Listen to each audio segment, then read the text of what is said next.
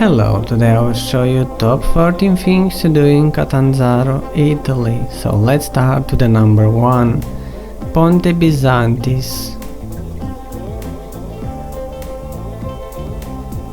Number 2, la chiesa di San Giovanni.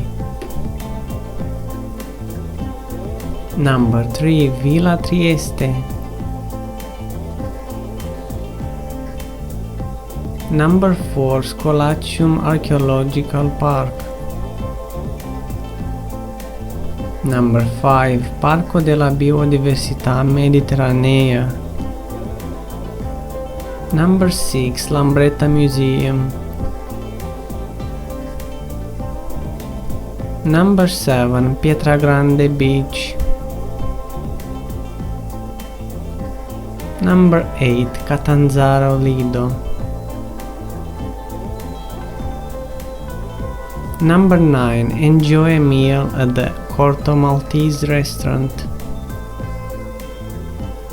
Number 10, Piazza Matteotti.